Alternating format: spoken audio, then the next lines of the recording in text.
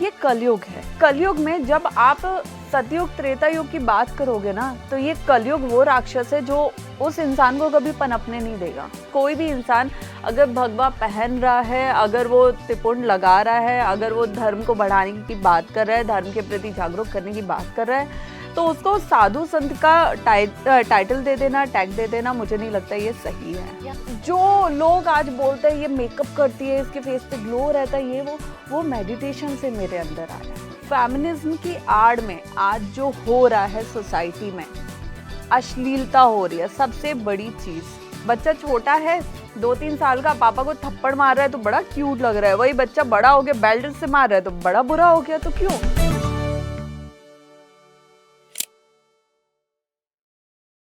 Hello friends, myths और fact के एक और एपिसोड में आप सभी का स्वागत है। मिथ्स एंड फैक्ट, जहां हम सिर्फ बातें नहीं करते, हम मिथ्स तोड़ते हैं और फैक्ट्स सामने लाते हैं। आज मेरे साथ है एक ऐसी शख्सियत जिनके वायरल लुक ने इंटरनेट पर आग लगा दी। किसी ने उन्हें कहा जीन्स वाली साध्वी, किसी ने सनातनी शेरनी, तो किसी ने उन्हें ट्रोल भी किया। वो एक इन्फ्लुएंसर रह चुकी हैं, होस्ट रह चुकी हैं और अब खुद को कहती हैं सनातनी, मगर किसी भी लेबल से परे। महाकुंभ में उनकी मौजूदगी हेडलाइंस बन गई और उनके विचारों ने सोशल मीडिया पर हलचल मचा दी। तो क्या खूबसूरती और भक्ति एक साथ चल सकती है? क्या सनातन और मॉडर्न लाइफ एक दूसरे के विरोधी हैं? और क्या वो एक स्पिरिचुअल रिबेल हैं या मिसअंडरस्टूड वॉइस? आइए स्वागत करते हैं हर्षा रिछारिया का, एक वो शख्सियत जिनके चारों ओर मिथ्स घूमते हैं, लेकिन आज हम मिथ्स एंड फैक्ट पर उन मिथ्स को यहीं अभी तोड़ने वाले हैं। बहुत बहुत स्वागत है हर्षा जी आपका। बहुत धन्यवाद। तो हर्षा, आप न्यूज़ में तो बनी ही रहती हैं, राइट? बहुत सारे लेबल्स आप नहीं चाहती मगर आपको मिले भी हैं जी। लेकिन आज यहाँ मिथ्स एंड फैक्ट में हम आप ही के मुंह से जानना चाहते हैं कि आप अपने आप को किस तरह से देखती हैं। देखिए, लोगों ने मुझे हर तरह के, कहते हैं ना कि जिसकी जैसी भावना वो उस तरह से इंसान को देखता है। तो अलग अलग लोगों ने मुझे अलग अलग तरीके से इंट्रोड्यूस करवाया है। जिन्होंने मुझे ट्रोल करवाया उन्होंने रेबल का नाम भी दिया है, उन्होंने पाखंडी का नाम भी दिया है, उन्होंने बहुत सारे नाम दिए हैं।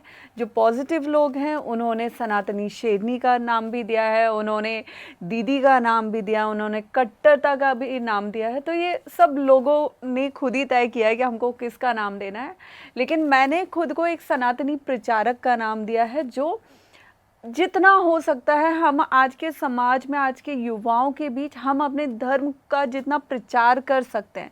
नो डाउट कि हमारे धर्म को किसी प्रचार की आवश्यकता नहीं है, लेकिन एक जागरूकता की आवश्यकता है। वो जो चीज़ें खो गई हैं ना, वो जो चीज़ें विलुप्त तो होती जा रही हैं, उन्हें वापस लाने की ज़रूरत है। और मुझे लगता है कि मैं वो एक स्वाभिमानी प्राउडी पर्सन हूँ, प्राउडी सनातनी हूँ, जिसे आज के समाज में एक बार फिर से भगवा की जो लहर देखने को मिल रही है, सनातन का की जो जागरूकता देखने को मिल रही है। आज सोमवार के दिन आप किसी भी दिन इनफैक्ट मंदिर जब जाते हैं और जो खास तौर पे युवाओं की जो भीड़ देखने को मिलती है, तो मुझे बहुत खुशी होती है। तो जैसे कि हर्षा आपने बताया कि आप अपने आप को आज के वक्त में एक सनातन प्रचारक के रूप में देखती हैं, मगर सालों पहले जब आप मैं कहती हूँ कि बच्ची थी या अपने टीनेज में थी, तो आई एम श्योर आपने नहीं सोचा होगा कि हर्षा कहाँ पहुँचेंगी या हर्षा ऐसा कुछ कर रही होंगी। उस वक्त के बारे में जानना चाहेंगे आपसे कि क्या था आपका तब का एक विज़न, क्या था आपका एम्बिशन, और वो आज के हर्षा से किस तरह से अलग थी वो हर्षा? देखिए, मेरा जो बचपन है ना, वो एक कहते हैं गांव की बहुत मिडिल क्लास फैमिली, जहाँ पे मुझे ये भी नहीं पता था कि इस गांव के बाहर जो बड़े शहर हमने सुने हैं, दिल्ली मुंबई, उसमें लोग कैसे रहते हैं, उसमें लोग दिखते कैसे होंगे। मैं ये सोचती थी क्या वो हमसे अलग दिखते होंगे या हमारे जैसे, मतलब जैसे आज हम एलियंस के लिए सोचते हैं ना, तब मैं बचपन में दिल्ली और मुंबई के लोगों के लिए सोचती थी कि कैसे होते होंगे, उनका पहनावा कैसा होगा। तो मैं उस गांव से बिलोंग करती हूँ जहाँ आज भी 17-18 साल की उम्र ज़्यादा से ज़्यादा एक लड़की की होती है, उसकी शादी कर दी जाती है। मतलब एक लड़की का वो माइंडसेट बनाया जाता है कि भाई शादी ही जीवन है, आपका जो भविष्य है वो शादी करके बच्चे पैदा करना, पति को खुश रखना, सास ससुर की जिम्मेदारी उठाना, यही एक लड़की का जीवन है। मैं उस मानसिकता के मतलब एक समाज में रही हूँ, उसका हिस्सा बनी हूँ, उसी में मैंने जन्म लिया है। लेकिन समहाउ मेरे माँ पापा ने ये डिसाइड किया कि हमें अपने बच्चों को और ज़्यादा पढ़ाना है, उन्हें एक अच्छी ज़िंदगी देनी है। देन वहाँ से हम झांसी शिफ्ट हुए।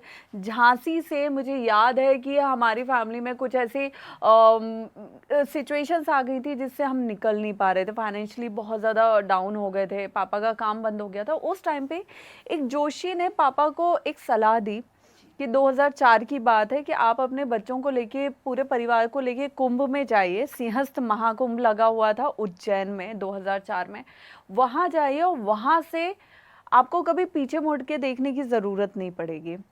तब हम महाकुंभ आए, सिंहस्थ महाकुंभ उज्जैन का हिस्सा बने। हम करीब 10-12 दिन हम वहाँ पे रहे। मेरे चाचा जी जिस अखाड़े, जिस आश्रम में हम रुके थे, मेरे चाचा जी वहाँ का जो चिन्ह होता है, जब शाही सवारी निकलती है ना, तो चिन्ह सबसे आगे ध्वज चलता है जो सोने के तारों से बनता है। तो मेरे चाचा जी वो लेके आगे जा रहे थे और पीछे पूरी शाही सवारी। तब मैंने ज़िंदगी में पहली बार ये सब देखा था कि अच्छा ये भी होता है कुंभ, ये सारी चीज़ें। जिस वक्त शाही सवारी निकलती है उस वक्त भीड़ बहुत चलती है, और जो नागा साधु आगे चलते हैं ना, उनके रास्ते में जो भी आता है वो धक्का देते हुए जाते हैं। तो मैं बड़ा डरती थी कि भाई मुझे किसी के बीच में नहीं आना, तो मैं दादी को पकड़ के साइड में खड़ी हुई थी और वो पूरा चकाचौंध में देख रही थी, मतलब किस तरह चीज़ें होती है, क्या होता है। तो और डरी हुई थी मैं उस वक्त कि मतलब दूर ही रहना चाहिए, ये लोग बच्चे उठा के ले जाते, वो एक माता पिता डरा देते ना बच्चों को, तो वैसे करके। लेकिन जब मैं वहाँ 10-12 दिन रही और उसके बाद मुझे याद है कि भोपाल स्टेशन पे हम पहुँचे, वहाँ से हमें झांसी के लिए ट्रेन चेंज करनी थी। बट वहाँ मेरी तबीयत ख़राब होने की वजह से हमें अपने कुछ रिलेटिव के पास भोपाल रुकना पड़ा, और उसके बाद मतलब हम कभी भोपाल से गए ही नहीं, हम भोपाल शिफ्ट हो गए। भोपाल शिफ्ट होने के बाद 2016 में 2016 में दूसरा सिंहस्थ महाकुंभ, वहाँ पे दादी चाचा ने बोला कि वहाँ पे चलना है। तो ठीक है, मतलब कोई भी ऐसी आप मुझे बोलोगे, मतलब मेरा आज तक का लाइफ का ये बिल्कुल एक कहते हैं ना प्रिंसिपल रहे हैं कि अगर कोई मुझे अपनी पार्टी में बुला रहा है, लाइक कोई भी पार्टी हो, बर्थडे पार्टी हो, शादी हो, मैं नहीं जाती हूँ। मतलब मुझे वो वेस्ट ऑफ टाइम लगता है कि मैं यार जाऊंगी वहाँ पे, नाचना गाना ही तो है, तो कोई भी जाके कर लेगा। लेकिन कोई मुझे अगर बुलाएगा कि कोई कथा है, सुंदरकांड पाठ है, अभिषेक है, कुछ भी है, तो मैं मतलब अपनी 10 चीज़ें छोड़ के हमेशा से जाने का वो रहा है मेरा कि नहीं मुझे उसमें ज़रूर जाना है। तो वो एक चीज़ ना मुझे लगता है मुझे मेरी फैमिली से मिला है। आपके बेसिक जैसे बनते जाते हैं, कहते हैं ना कि फल वैसा ही मिलता है जैसी जड़ होती है, जैसा बेस होता है, तो वो चीज़ रही है। तो फिर दूसरे महाकुंभ में जब हम गए तो मैं और ज़्यादा स्पिरिचुअली कनेक्ट होती गई। मैंने फिर से शाही सवारी देखी कि हाँ दूर से ही देखना ठीक है, वरना बाबा लोग गुस्से के बहुत तेज़ होते हैं। तो ये चीज़ें मैंने देखी। लेकिन चाहे वो 2004 का मेरा पहला कुंभ रहा हो, 2016 का दूसरा कुंभ रहा हो, 2025 का तीसरा कुंभ रहा हो, जो तो मुझे लगता है कि अब पूरी दुनिया ने ही देखा है। हर बार जब भी मैं कुंभ का हिस्सा बनी हूँ, महादेव की मैं बहुत बड़ी कृपा लेकर ही आई हूँ। मेरी लाइफ में बहुत ड्रास्टिक चेंज हुए हैं। जैसे पहले कुंभ से हम झांसी से भोपाल शिफ्ट हो गए, ये हमारे लिए बहुत बड़ी बात थी। मतलब आज तो हमें बहुत नॉर्मल लगता है एक कंट्री से दूसरे कंट्री भी शिफ्ट होना, लेकिन उस वक्त हमारे लिए वो बहुत बड़ी बात थी।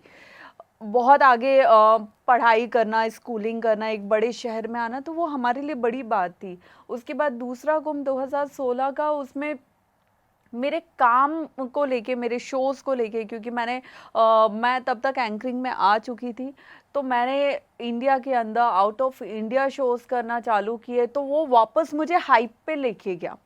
तो जब 2025 का तीसरा कुंभ मेरे जीवन का होना था, तो मैं 2 महीने पहले से ही सबको बोलने लगी थी कि भाई सबको कुंभ में जाना चाहिए। महाकुंभ में जो सच्ची श्रद्धा से, सच्चे भाव से जाता ना, उसकी लाइफ में कुछ ना कुछ चेंजेस आते ही हैं 100%। और अगर नहीं आए हैं तो आपके भाव में कमी रही है, क्योंकि महादेव सब पे कृपा करते हैं। क्या बात है, कितना सुंदरता से ये बात कही गई है। और वाकई जो ये कुंभ अभी हुआ है उसमें मुझे लगता है कि एक एक एक कहते हैं ना कि एक लहर आई थी कि नहीं सबको जाना है, लेकिन यहाँ आपने एक बड़ी इंपॉर्टेंट बात कही है कि भाव होना, विश्वास के साथ जाना, इस काम को करना, I think that is all that makes all the difference. मैं कह रही हूँ ना, आप कोई व्रत मत रखो, कोई व्रत मत रखो, किसी पूजा को पूरे नियम के साथ भी मत करो, आप भाव के साथ करो। अगर आपका भाव सच्चा है, आपका समर्पण पूरा है, आपकी की हुई 1 घंटे की पूजा भी आपके जीवन में एक बड़ा बदलाव ला सकती है। लेकिन आपने 41 दिन की कोई बड़ा संकल्प कर लिया, ठीक है, और आप बस ये सोचो कि बस ये जल्दी आज की पूजा निपट जाए, फिर काम धंधे में जाना है, ये करना है, वो करना है। आप बैठे हुए हो पूजा पे, लेकिन आपका समर्पण भाव ही नहीं है, आपका उसमें आस्था ही नहीं है, किसी ने बोला करने को तो आप कर रहे हो। जब तक आपका भाव इन्वॉल्व नहीं है ना, आपकी आत्मा इन्वॉल्व नहीं है, वो 41 दिन की पूजा भी आपके जीवन में कोई बदलाव नहीं लाने वाली है। तो ये सब भाव का ही खेल है। कुछ हमारे व्यूअर्स ने भी अपने कमेंट्स में हमसे बहुत सारी ऐसी चीज़ें पूछी हैं, तो उन सब का एक समावेश करके हमने कुछ मिथ्स की एक लिस्ट तैयार की है। और क्योंकि आज आप हमारे साथ हैं जो कि सनातनी हैं, तो मुझे लगता है कि बहुत सारी ऐसे हमारे क्वेश्चंस हैं जिनका आप सही जवाब दे पाएंगे। हम कह सकते हैं कि आज की हम सबकी लाइफस्टाइल मॉडर्न है, और सनातन को आज भी बहुत सारे लोग, स्पेशली अगर मैं बात करूं यंगर जनरेशन की, तो उनके लिए ये 2 अलग अलग चीज़ें हैं। सनातन धर्म या सनातन लाइफस्टाइल अलग है और मॉडर्न लाइफस्टाइल अलग है। दोनों का समावेश होना, दोनों का मर्ज होना थोड़ा मुश्किल है। मैं ये नहीं कहूँगी इम्पॉसिबल, क्योंकि बहुत लोग कर रहे हैं, आप एग्जाम्पल है उसका।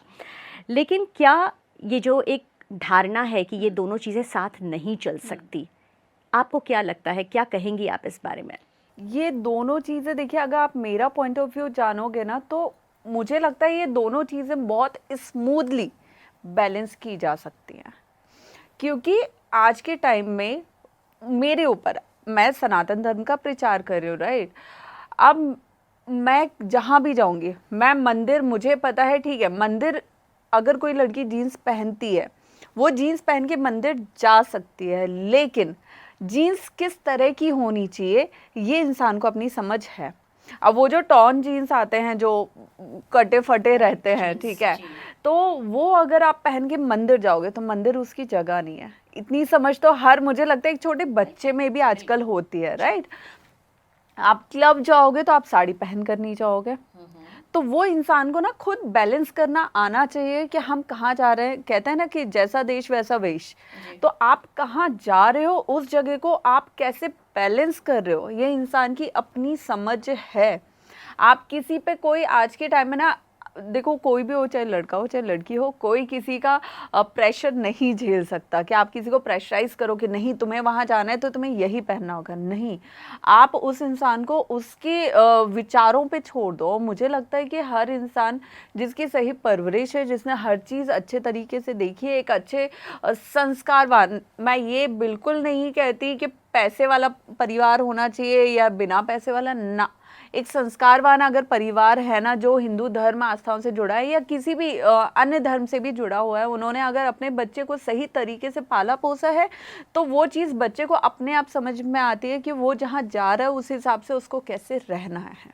लाइफस्टाइल कुछ भी हो, सोच का फर्क बिल्कुल ज़्यादा होता है। बिल्कुल बिल्कुल कनेक्ट दोनों को नहीं कर सकते, लेकिन जैसे कि आपने एग्जाम्पल में कहा कि यदि आपने रिब्ड जीन्स पहन रखी है, आप उसको सही जगह पर पहने, गलती नहीं है, लेकिन थोड़ा सा ये समझना ज़रूरी है कहाँ क्या चीज़ होनी चाहिए। राइट। आप मंदिर में मिनी स्कर्ट पहन के तो नहीं जाओगे, है ना, कोई भी नहीं जाएगा। अब आजकल बहुत सी चीज़ें, मैं ये मेट्रो सिटीज़ में ज़्यादा देखती हूँ। आज सुबह भी मैंने कुछ देखा तो मुझे थोड़ी हैरानी हुई। लेकिन मुझे लगता है कि अब हम, अगर जो भी इंसान घर के बाहर कदम निकालता है या जो भी इंसान 2 रोटी खाना जानता है, उस इंसान में इतना समझ होती है कि उसको कहाँ कैसे रहना है। उसके बाद भी अगर वो नहीं समझता तो ये उसका ईगो है, क्योंकि वो समझना नहीं चाहता। समझदार आज की डेट में सब हैं, सब हैं। अब कौन समझना चाहता है और कौन अपने ईगो में रहना चाहता है, वो उस पर डिपेंड करता है। तो दोनों ही लाइफस्टाइल को बैलेंस करना ना बहुत ईजी है, बस हमारी सोच वैसी होनी चाहिए। बहुत सारे लोग ऐसे हैं भी जो सनातन की तरफ या ये कहें कि स्पिरिचुअलिटी की तरफ, रिलीजन की तरफ लोग आ रहे हैं। यंगर जनरेशन भी है। आज हम देखते हैं मंदिरों में भीड़ भाड़, जैसे कि आपने खुद ने कहा कि आजकल मंदिर में बहुत भीड़ भाड़ दिखाई देने लग गई है, यानी लोग इस तरफ शिफ्ट हो रहे हैं। लेकिन फिर भी कहीं ना कहीं एक माइंडसेट थोड़ा सा ये है, जैसे आप साध्वी हैं, तो क्या साध्वी बनने के लिए दुनियादारी को छोड़ देना ज़रूरी है? लेट मी क्लियर फर्स्ट कि मैं साध्वी नहीं हूँ। ठीक है, ये जो साध्वी वाला टाइटल है ये मुझे कुछ इन्फ्लुएंसर्स ने दिया था स्टार्टिंग में, जैसे ही महाकुंभ में हाइप पे गया, वायरल हुआ। कुछ इन्फ्लुएंसर ने अपने मसाले के लिए मुझे साध्वी का टैग दिया, फिर उस टैग को मीडिया ने आगे बढ़ाया। बट मैं साध्वी नहीं हूँ। मैं अगर साध्वी होती, मैंने अगर संन्यास दीक्षा ले ली होती, तो मैं आपके सामने ही नहीं बैठी होती। मैं अपना आराम से पहाड़ पे साधना कर रही होती है। क्योंकि साध्वी का मतलब तो ये है ना, संन्यास लेने का मतलब ये है कि आपने इस जीवन से, ये कैमरा से, ये लाइट से, हर चीज़ से बैराग्य ले लिया है। आपको नहीं मिलना किसी से। अगर आप असली साधु संतों को देखोगे तो वो आपको कभी सोशल मीडिया पे नज़र नहीं आएंगे। वो आपको कहाँ नज़र आएंगे? हिमालय पे। वो आपको किसी जंगल में नज़र आएंगे, गुफाओं में। जो मैं मिली हूँ काफ़ी ऐसे संतों से, बाबाओं से, वो वहाँ अपने अलग नज़र आते हैं। आप उनसे बात करने जाओ, वो गाली देके आपको भगा देंगे, क्योंकि उन्हें नहीं करना किसी से बात, उन्हें उस परम शक्ति से बात करनी है, वो उन्हीं से बात करते हैं।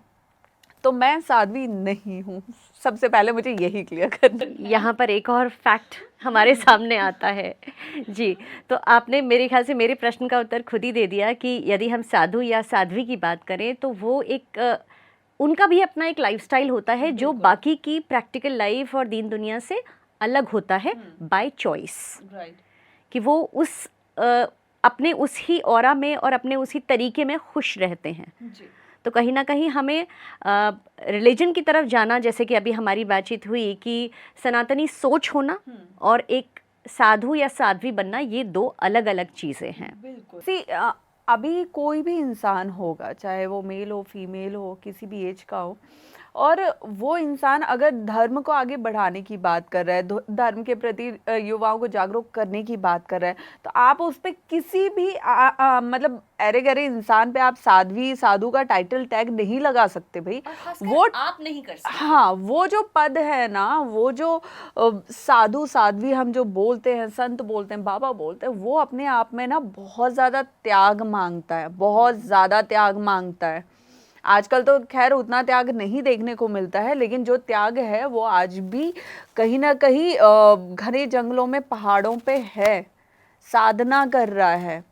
जो ये सड़क पे चलते हुए वो गांजा फूकते हुए है ना, ये नहीं है त्याग, ये आज भी मोह में फंसे हुए हैं। क्योंकि जो त्याग होता है, मैंने कहा ना, जो त्याग होगा वो कैमरे का भी होगा, वो कैमरा के सामने भी नहीं आएंगे, वो आपसे बात भी नहीं करेंगे। तो हम किसी को भी, कोई भी इंसान अगर भगवा पहन रहा है, अगर वो त्रिपुंड लगा रहा है, अगर वो धर्म को बढ़ाने की बात कर रहा है, धर्म के प्रति जागरूक करने की बात कर रहा है, तो उसको साधु संत का टाइटल दे देना, टैग दे देना, मुझे नहीं लगता ये सही है। यहाँ पर समझने वाली बात यही है कि टाइटल देने वाले हम कोई नहीं होते। आपने खुद अपने आप को क्या माना है, वो सबसे ज़्यादा ज़रूरी है। और यहाँ एक गलत इमेज प्रेजेंट करना भी बड़ा गलत होता है। और दिक्कत यह है कि उस गलत इमेज को, मेरी कोई इमेज लोगों ने बनाई है, अब मुझे खुद डिफिकल्ट होता है उस इमेज को सही करने में, क्योंकि मैं 10 बार भी बोल लूँ तो भी लोग उसको मानने को तैयार नहीं है। लेकिन यहीं पर अगर हर्षा देखा जाए तो आपको एक टाइटल दिया गया था कुंभ के टाइम में, मोस्ट ब्यूटीफुल साध्वी। साध्वी मैं फिर से बोल रही हूँ क्योंकि टाइटल आपको यही दिया गया सोशल मीडिया में। तो साध्वी तो आपने बताया कि आप नहीं हैं, बट सब मानेंगे कि ब्यूटीफुल तो आप बहुत हैं। तो ये खूबसूरती जो है ये शुरू से ही आपके साथ चली आ रही है, या कहीं ना कहीं आपका लाइफस्टाइल, आपकी सोच, आपका तंत्र से जो आपने सीखा है, जो आपने जो भी भगवान का समावेश अपने अंदर लिया है, ये इस वजह से है या ये शुरू से ही था? देखिए, कोई भी इंसान, कोई भी लड़की ये नहीं बोलेगी कि मैं बदसूरत दिखती थी, पहली चीज़। ठीक है, लेकिन हाँ, मैं एक ब्राउन इंडियन फैमिली से बिलोंग करती हूँ। मैं एक सावली से एक लड़की थी। 2019 में मैं एक योगा गुरुकुल गई थी अहमदाबाद में, और तब ना उससे 1 साल पहले ही मेरा एक पैर फ्रैक्चर हुआ था और मेरे पेरेंट्स को लगता था कि भाई लड़की है, अब प्रॉपर चल नहीं पाएगी तो कल को इससे शादी कौन करेगा। पेरेंट्स को, वो मिडिल क्लास फैमिली में होती है टेंशन, ठीक है। तो मैं वो गुरुकुल गई, मैंने वहाँ पे धीरे धीरे योगा करना स्टार्ट किया। तो पहले तो मैंने अपने पैर को ठीक करना शुरू किया कि भाई ये पैर मेरा चलने फिरने प्रॉपर स्ट्रेच होने लगे सारी चीज़ें। बट 15 दिन बाद उस गुरुकुल में मेरे साथ मेडिटेशन करते हुए मुझे कुछ चीज़ें फील होने लगी जो मेरे लिए बहुत शॉकिंग था कि मतलब ऐसा मेरे साथ कैसे हो सकता है वो। तो फिर मुझे मना किया गया कि भाई आप मेडिटेशन नहीं करोगे, आप तब तक मेडिटेशन नहीं करोगे जब तक आपका गुरु नहीं बन जाता, उस गुरु के ही देख रेख में आपको मेडिटेशन करना। मुझे ये क्लियर ऑर्डर्स आ गए थे। तो वहाँ से मुझे लगता है कि जब मैंने वो मेडिटेशन पे ज़्यादा फोकस करना चालू किया ना, अच्छा मैं ऐसी हूँ कि आप मुझे कुछ भी मना करोगे मेरे लिए सब ओके है कि यहाँ मत जाओ वहाँ मत जाओ, मैं हर बात मानूंगी। लेकिन आप मुझे ये बोलोगे ना कि इस मंदिर नहीं जाना है, ये हो जाएगा, इस पूजा में नहीं बैठना ये हो जाएगा, ये मेडिटेशन नहीं करना ये हो जाएगा, तो मैं वो करूँगी। मुझे जानना है कि अगर मैं ऐसा करूँगी तो वो कौन सी शक्ति है जो इंसान को मतलब हार्म करेगी या उसका भला करेगी। और जो किसी और को हार्म करेगी ज़रूरी नहीं है वो मुझे भी हार्म करे, वो मेरे लिए पॉजिटिव भी हो सकती है। मेरे गार्जियन एंजल्स मुझे उस चीज़ से प्रोटेक्ट भी कर सकते हैं, मेरे महादेव मुझे उस चीज़ से उसका 100 गुना बनाकर मुझे दे सकते हैं। तो कुछ भी हो सकता है किसी के लिए, तो वो मेरे अंदर है कि मुझे जाना है, नहीं यहाँ पे तो जाना है। तो जब मुझे मेडिटेशन के लिए मना किया गया तो मैं उस टाइम पे मुंबई में थी और मैंने मेडिटेशन स्टार्ट किया, मैं डीप जाने लगी। लेकिन फिर एक सवाल कि गुरु बनाना है, तो इस पे हम बाद में आएंगे। तो फिलहाल जब मैंने मेडिटेशन स्टार्ट किया ना, तो मुझे लगता है कि मेडिटेशन से जो लोग आज बोलते हैं ये मेकअप करती है, इसके फेस पे ग्लो रहता है, ये वो मेडिटेशन से मेरे अंदर आया है। ये मैंने बहुत स्ट्रांगली फील किया। एंड देन उसके बाद जब मैं हवन करने लगी, हवन में बैठने लगी, मैं 2-2 3-3 घंटे पूजा में बैठने लगी, उससे वो जो आपके अंदर इनर पीस आता है, पेशेंस आता है। आज मैं किसी भी साधु संत महात्मा के आगे बैठती हूँ, मैं 10 घंटे एक जगह पे चुपचाप बैठ सकती हूँ, सिर्फ उनको सुन सकती हूँ। तो ये पेशेंस मेरे अंदर पहले नहीं था, ये आया है उस चीज़ से। तो मुझे लगता है कि जब आप स्पिरिचुअली बहुत ज़्यादा डीप जाने लगते हो ना, बहुत से आपकी बॉडी में ऐसे चेंजेस आते हैं जो आपने कभी सोचे नहीं होते। वो चाहे फेस पे ग्लो होना हो, चाहे आपकी वाणी शुद्ध होना हो, चाहे आपके अंदर का धैर्य हो, ये सब आता है। तो हम ये कह सकते हैं कि ब्यूटी जो है वो कहीं ना कहीं स्पिरिचुअलिटी के साथ ही आती है। बिल्कुल। इनमें से कौन सा लेबल, ब्यूटी का लेबल ज़्यादा डोमिनेट करता है या स्पिरिचुअलिटी का डोमिनेट करता है? क्योंकि अगर देखिए आज मेरे मन में ना किसी को लेके कोई द्वेष होगा, कोई भी ऐसी चीज़ की यार ये इतनी खूबसूरत दिख रही है, इसका कुछ बुरा कर दो, या इसका ये मुझसे ज़्यादा ऊपर जा रही है, इसका कुछ बुरा कर दो, मैं क्यों नहीं जा पा रहा। अगर मेरे अंदर ये सब भावना रहेगी ना किसी को भी लेके, बुराई का, ये सब का, तो मैं लाख ब्यूटी प्रोडक्ट्स यूज़ कर लूँ, मैं लाख कोई भी कॉस्मेटिक सर्जरी करवा लूँ, कुछ भी, मेरे अंदर का भाव मेरे चेहरे पे दिखेगा ही दिखेगा। तो आपका एक तो स्पिरिचुअली कनेक्ट होना, दूसरे आपका मन से शुद्ध होना, विचारों का शुद्ध होना, ये आपके फेस पे दिखता है। लोगों को नहीं समझ में आता है, लेकिन मुझे लगता है कि आप अगर लाखों की सर्जरी भी करवा लो ना खुद को मेंटेन करने के लिए, लेकिन आपके विचार शुद्ध नहीं है, आपके विचार प्योर नहीं है, तो आप अपने चेहरे पे उसको छुपा ही नहीं पाओगे। यहाँ मुझे लगता है कि दर्शकों एक और हमारा जो मिथ है वो बस्ट होता है, एक फैक्ट सामने आता है। जैसे कि हर्षा ने कहा कि जैसे कॉमनली माना जाता है कि ब्यूटी और भक्ति एक साथ नहीं चल सकते, मगर ये सच नहीं है, क्योंकि भक्ति जो है वो आपको और ब्यूटीफुल बना सकती है। ऐसा हो सकता है, ऐसा पॉसिबल है।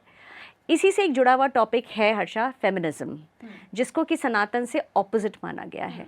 बहुत सारे ऐसे केसेस में देखा गया है, आई एम श्योर आपने तो ज़रूर ये फील किया होगा कि फेमिनिज्म कहती है माय बॉडी माय चॉइस, लेकिन सनातन जो है वो कहीं ना कहीं आपको समर्पण करना सिखाता है। और यहाँ लोगों को इस चीज़ को लेकर लोगों में बड़ा सारा कन्फ्यूजन है। आपसे जानना चाहेंगे कि आपका क्या दृष्टिकोण है इस बारे में? कि मैं इस बात का जवाब दूं, मैं आपसे एक चीज़ जानना चाहती हूँ कि फेमिनिज्म जो एक वर्ड है जो अभी सोसाइटी में बहुत ज़्यादा चल रहा है, इसकी डेफिनेशन आप मुझे थोड़ी बताइए। मेरे हिसाब से फेमिनिज्म जैसे कि भगवान ने मेल और फीमेल अलग बनाए हैं, दोनों के पावर्स, दोनों के ट्रेट्स अलग दिए हैं।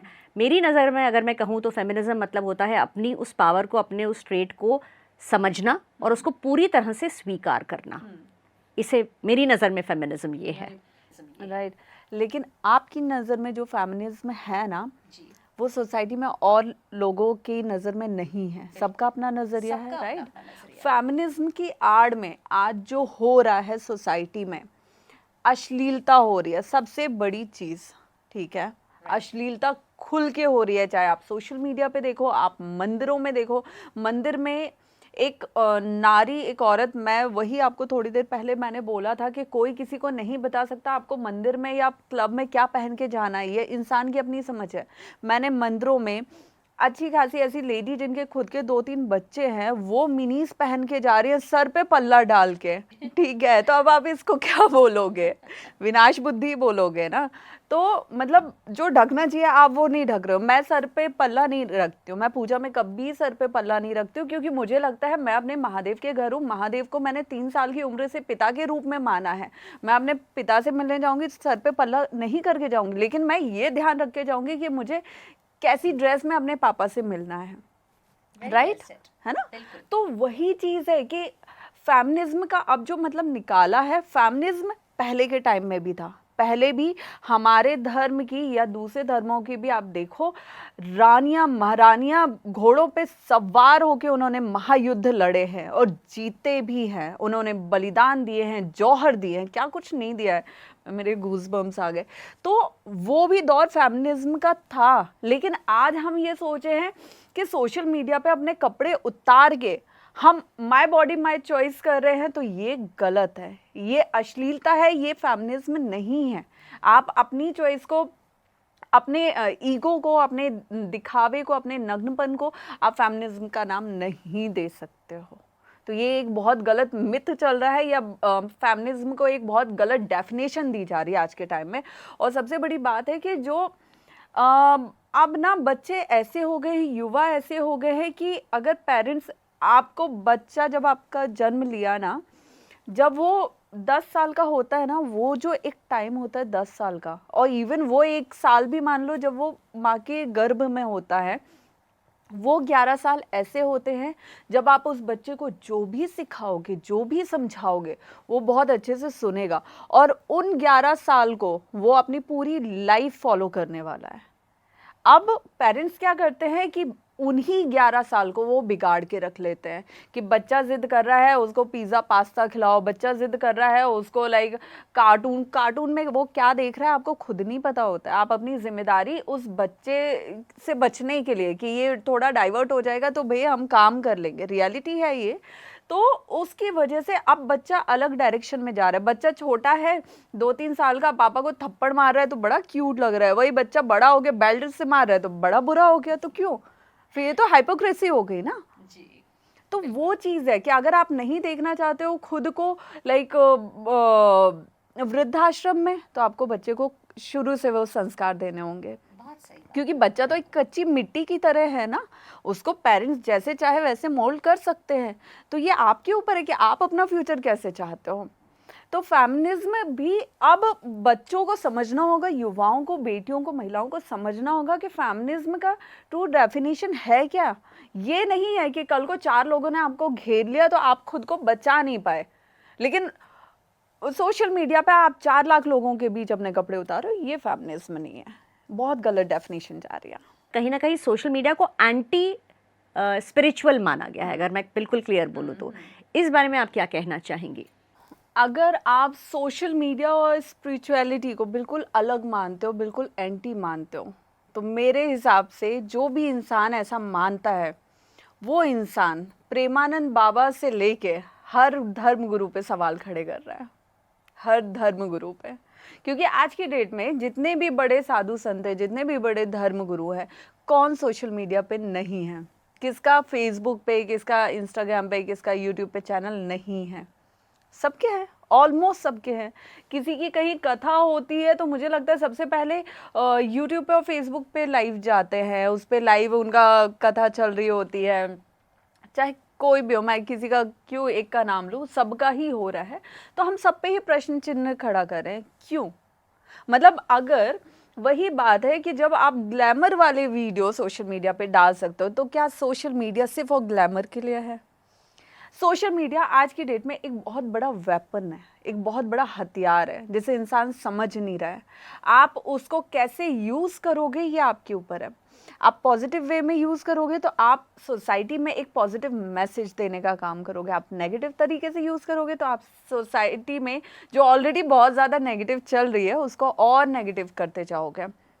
जब लाइक कोई भी नशे करने वाले, चोरी करने वाले, उनको कॉमेडी वीडियो बना के डाल दिया जाता है, तो क्या वो एक गलत मैसेज देना नहीं हुआ?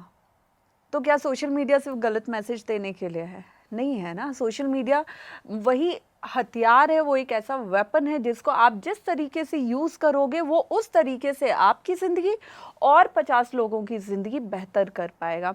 अगर मैंने ये चूज़ किया है कि मुझे सोशल मीडिया के ही माध्यम से, उसके प्लेटफॉर्म से मुझे समाज को धर्म का मैसेज देना है, धर्म से जुड़ी बातें बतानी है, धर्म से जुड़ा, जो मैं ये कहीं नहीं कहती हूँ कि मुझे सब पता है ना, ये तो मेरा अहंकार हुआ ना, मुझे कुछ नहीं पता है। मैं आज भी सीख रही हूँ, मैं आज भी साधु संतों के पास जाती हूँ, मैं रामचरितमानस का पाठ करती हूँ, मैं शिव महापुराण का पाठ करती हूँ। मुझे, मेरे अंदर आज भी क्यूरियोसिटी है, मेरे अंदर आज भी वो एक छोटा सा बच्चा है जो सब जानना चाहता है धर्म के बारे में। और मेरे अंदर ये आदत हमेशा से रही है कि जितना मुझे पता है ना, जो पॉजिटिव चीज़ है, मुझे लगता है ये मैं और 10 लोगों को बताऊँ। तो अगर मुझे वो पॉजिटिव चीज़ मिली है, पॉजिटिविटी मिली है, तो वो और लोगों को भी मिलना चाहिए ना। और सोशल मीडिया ऐसा प्लेटफॉर्म है जहाँ पे आप एक बार में, मतलब अगर मैंने 30 सेकंड का, 1 मिनट का वीडियो बनाया है, वो अगर 5 लाख लोगों तक पहुँचा, मतलब मैंने अपनी बात, अपना वो पॉजिटिव मैसेज एक बार में 1 मिनट का बना के मैंने 5 लाख लोगों तक पहुँचा दिया। तो क्यों नहीं होना चाहिए? ये कहाँ से एंटी हो गया? आज हम बड़े बड़े साधु संतों को देखें, वो कितने अच्छे अच्छे वक्तव्य बोलते हैं, अपनी कथा में बातें बोलते हैं, अमृतवाणी जो उनके मुखारविंद से निकलती है, उनको कितने लोग फॉलो कर रहे हैं, कितने लोग उन्हें सुन रहे हैं। आज भी मैंने ये चीज़ नोटिस की है कि गांव-गांव में, शहरों में तो खैर इतना कम टाइम होता है, लेकिन गांव में आज भी महिलाएं जब खाना बना रही होती हैं, बच्चे को संभाल रही होती हैं, या बूढ़े बुजुर्ग होते हैं जो शहरों में भी होते हैं, तो वो जब कुछ नहीं होता है, वो अपने मोबाइल में ना सोशल मीडिया पे किसी भी एक धर्म गुरु का वीडियो प्ले कर लेते हैं, उनकी बातें, काम करते जा रहे हैं, उनको सुनते जा रहे हैं। तो मुझे तो लगता है कि ये बहुत अच्छा जरिया है, बहुत अच्छा माध्यम है सोसाइटी में एक सकारात्मक ऊर्जा देने का। तो ये कहीं से एंटी नहीं हो सकता है। यानी मुझे तो लगता है कि गलत चीज़ों को आप हटाइए ना, आप सही चीज़ों को ये क्यों कह रहे हैं कि अगर सही चीज़ वहाँ आ रही है तो वो गलत हो गई है? एग्जैक्टली मुझे लगता है कि जैसा एक बहुत अच्छे कथावाचक ने एक चीज़ बोली थी, मुझे वो बात बहुत पसंद आई थी कि ये कलयुग है, और कलयुग में जब आप सतयुग त्रेता युग की बात करोगे ना, तो ये कलयुग वो राक्षस है जो उस इंसान को कभी पनपने नहीं देगा। आप जहाँ अच्छी बात करोगे, आपके 10 दुश्मन बन के खड़े हो जाएंगे। जहाँ आप गलत बात करोगे, आप दुश्मनी की, लड़ाई झगड़े की, या कुछ भी गलत दिशा की बात करोगे, तो आपके 100 दोस्त बन जाएंगे। तो ये वो कलयुग है जो आपको कभी भी पॉजिटिव रास्ते पे चलने ही नहीं देगा। लेकिन ये आपके ऊपर है कि आप किस दिशा को चूज करते हो। जैसे जो मैंने बात बोली कि सोशल मीडिया बहुत बड़ा वेपन है, ये हमारे ऊपर है कि हमें उसे कैसे यूज़ करना है, अपने लिए भी और सोसाइटी के लिए भी। अब देखिए, कई बार ऐसा होता है ना कि जैसे ट्रोल भी किया जाता है, तो जो लोग होते हैं वो ट्रोल कर रहे होते हैं, वो कहीं ना कहीं कुछ ऐसे क्राइटेरियाज रखते हैं कि नहीं नहीं नहीं, ये वो तो ऐसा कर रही है तो गलत है, या वो तो उनके इतने फॉलोअर्स हैं तो वो तो सब चीज़ें फेम के लिए कर रहे हैं। उसे रूप बदल के प्रेजेंट किया जाता है, लेकिन होता तो है। बिल्कुल बिल्कुल। अब वही चीज़ मैंने अभी लास्ट अपने एक इंटरव्यू में बोला था कि भाई बात थोड़ी कड़वी है, लेकिन हकीकत है कि पहले के टाइम में हम जैसे एमएमएस लीक होना बोलते थे, आज लड़कियां खुशी से वही सब इंस्टाग्राम पे ओपनली कर रही है, अपने अंडरगारमेंट्स में खड़े होके कपड़े चेंज कर रही है, सब कर रही हैं। तो उसको लोग पसंद कर रहे हैं, फॉलो कर रहे हैं। हम अगर लोग ज्ञान की बातें कर रहे हैं, धर्म की बातें कर रहे हैं, ईश्वर की बात कर रहे हैं, तो हम पे ये सबसे पहले कलंक लगाया जाता है कि भाई ये तो नाम के लिए कर रही है, फेम के लिए कर रही है, धर्म की आड़ में पैसा कमा रही। मुझे कौन से पैसे देके जा रहे हो? और इंस्टाग्राम पे कौन से वीडियो को लाइक करने से हमें क्रिएटर्स को पैसा मिल जाता है? मैं तो यूट्यूब तक पे नहीं हूँ, मेरे नाम से कितनी आईडीज बनाई हुई है। तो वही चीज़ है कि आज की डेट में जो गलत जाता है उसको लोग ज़्यादा सपोर्ट करते हैं, और जो सही रास्ते पे जाने का डिसाइड करता है उसको बहुत सी चुनौतियों का सामना करना पड़ता है। अब अगले मिथ पर आते हैं, जो कि है लव जिहाद को लेकर, यानी कि इंटर रिलीजन मैरिजेस को लेकर। तो यहाँ आपसे जानना चाहेंगे कि सनातन इस चीज़ को सपोर्ट करता है या नहीं करता है? लव जिहाद, आप किसी भी, जिहाद एक इस्लामिक वर्ड है, राइट? ये क्रिश्चियंस का वर्ड नहीं है, ये हिंदुओं का वर्ड नहीं है, ये एक इस्लामिक वर्ड है।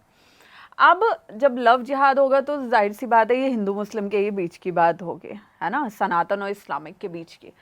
यहाँ पे हम लव जिहाद के अगेंस्ट नहीं है, हमको पहले ये समझना है, हम लव जिहाद के अगेंस्ट नहीं है। हमारी बहन बेटियों को आप अपने झूठे प्यार के जाल में फंसाते हो, आप अपने नाम बदल रहे हो। आपका प्यार इतना सच्चा है तो आपको नाम नहीं बदलना चाहिए, आपको अपनी पहचान नहीं बदलनी चाहिए। आप अपना नाम बदल के, अपनी पहचान बदल के उस लड़की को टारगेट कर रहे हो, ठीक है, उसको अपने निकाह का वादा कर रहे हो, सब कर रहे हो, ठीक है, बहुत सौ के निकाह भी हो रहे हैं, लेकिन उसके बाद उनके साथ क्या हो रहा है, उनको बच्चा पैदा करने की एक मशीन बनाया जा रहा है ताकि वो जो पॉपुलेशन है वो बढ़ती जाए उनकी, है ना। तो आप हमारी बहन बेटियों को हमारे ही खिलाफ इस्तेमाल कर रहे हो, एक बॉम्ब की तरह इस्तेमाल कर रहे हो। आप उनका पॉपुलेशन बढ़ाओगे, अपनी जनसंख्या बढ़ाओगे। अब तो हम ये भी नहीं कह सकते कि हमारे देश में कोई अल्पसंख्यक है, क्योंकि अब जब पॉपुलेशन होगी, जनगणना होगी, तो उसमें क्लियर हो जाएगा कि भाई कौन कितना अल्पसंख्यक है। तो आप उसको पहले वैसे यूज़ कर रहे हो, फिर आप उसे दूसरे देशों में बेच दे रहे हो ले जाके। उसके बाद उसके साथ एक दिन में 50 बार रेप हो रहे हैं, क्योंकि वो आपको एक इंसान की नज़र से ही नहीं देख रहे, वो आपको एक टॉय की नज़र से देख रहे हैं, जिससे वो अपनी हवस मिटा रहे हैं। तो हम लव जिहाद के खिलाफ नहीं है। इंसानियत जो शर्मसार हो रही है ना, उस लड़की को आपने बहला के जो उसका इस्तेमाल करने वाले हो मौत तक, हम उसके खिलाफ है। और अगर ये प्यार इतना सच्चा होता तो अभी कुछ ही दिनों पहले एक जो है न्यूज़ में बहुत ज़्यादा वायरल हुए हैं झांगुर बाबा, अगर आपने सुना है। उन्होंने, उनकी 500 करोड़ की संपत्ति आई गेस पूरी सीज हुई है, ठीक है, और उन्होंने अपने यहाँ के लड़कों को, युवाओं को क्या टारगेट दिया हुआ था कि भैया आप ओबीसी की लड़की फंसाओगे, हिंदू तो 6 से 8 लाख रुपए आपको मिलेगा, आप ब्राह्मण लड़की फंसाओगे तो 15 से 20 लाख रुपए, आपको 25 लाख रुपए मिलेंगे। तो ये जो टारगेट हो रहे हैं ना, ये जो ट्रैप हो रहे हैं, जाल बने जा रहे हैं, हिंदू लड़कियों को टारगेट किया जा रहा है लव के नाम से, प्यार के नाम से, निकाह के नाम से, हम उसके खिलाफ हैं।